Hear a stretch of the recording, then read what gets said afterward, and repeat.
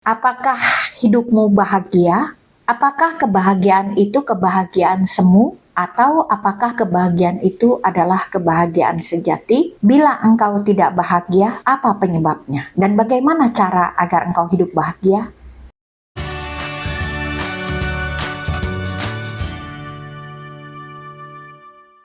Rahasia hidup bahagia. Yesaya 48 ayat 18, demikianlah firman Tuhan. Sekiranya engkau memperhatikan perintah-perintahku, maka damai sejahtera akan seperti sungai yang tidak pernah kering, dan kebahagiaanmu akan terus berlimpah seperti gelombang-gelombang laut yang tidak pernah berhenti. Jadi resep bahagia yang pertama adalah mengikuti perintah-perintah Tuhan. Nah, perintah Tuhan yang bagaimana? Ya, perintah Tuhan yang bagaimana agar engkau hidup bahagia? Kita buka Kolose 3 ayat 18 sampai 21. Nah, bahagia itu kita perlu saling menghormati satu sama lain. Ya, kalau ada hormat satu sama lain, kita bisa hidup bahagia. Nah, di dalam Kolose 3 ayat 18, demikian firman Tuhan, hai istri, tunduk kepada suami sebagaimana seharusnya di dalam Tuhan.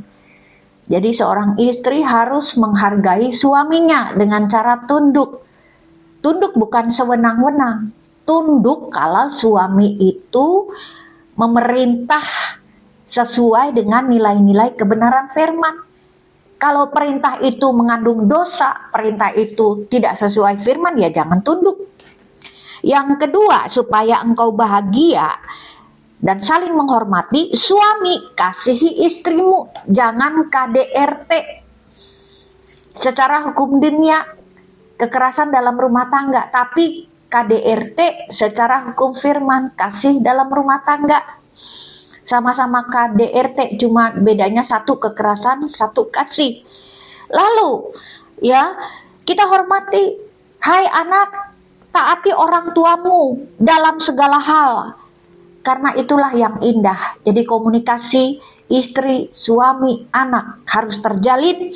Hai bapak-bapak, jangan sakiti hati anakmu supaya jangan tawar hati. Biasanya bapak-bapak merasa cari uang, merasa berhak ngatur anak dan tidak memperhatikan perasaan anak. Ya, jadi satu sama lain harus saling menghormati.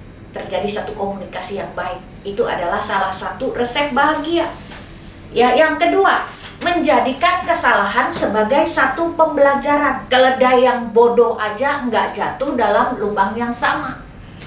Jadi kesalahan yang pernah terjadi, jadikan itu sebagai pembelajaran. Lalu bagaimana supaya kita tidak jatuh ke dalam kesalahan yang sama?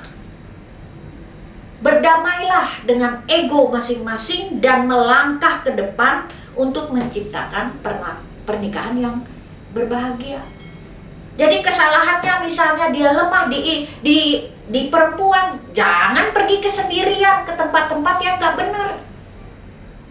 Ya, kalau istri nggak bisa ngelola uang dengan baik, jangan sering pergi ke mall, karena nanti uang suami belum waktunya sudah habis dibelanjain di mall.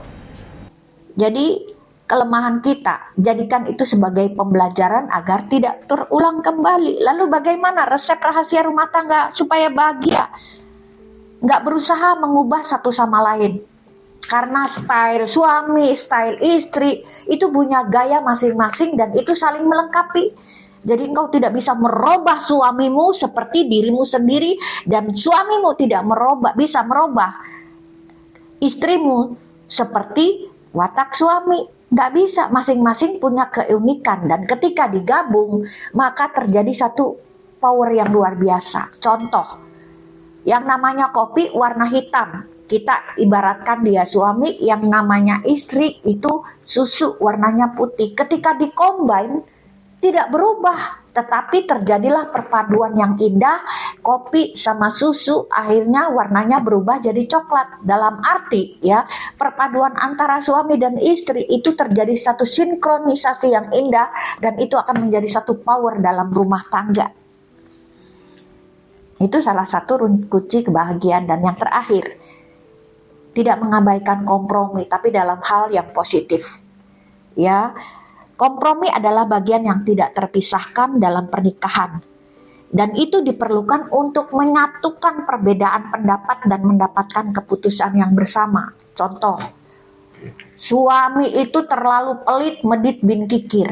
Nah, istri itu terlalu royal. Nah, kalau hidup terlalu royal, nggak punya tabungan. Kalau terlalu pelit, nggak bisa menikmati hidup. Nah, perlu perpaduan, kompromi. Yang pelit, ya dilonggarkan dikit. Lalu yang terlalu boros, direm sedikit. Sehingga ada di tengah-tengah. Sehingga terjadi satu kompromi yang indah. Sehingga terciptalah win-win solution. Anda ingin bahagia, jangan rubah pasangan Anda. Anda ingin bahagia, jadikan kesalahan sebagai pembelajaran, dan Anda ingin bahagia, jalin komunikasi dan saling menghormati satu sama lain. Amin. Tuhan memberkati.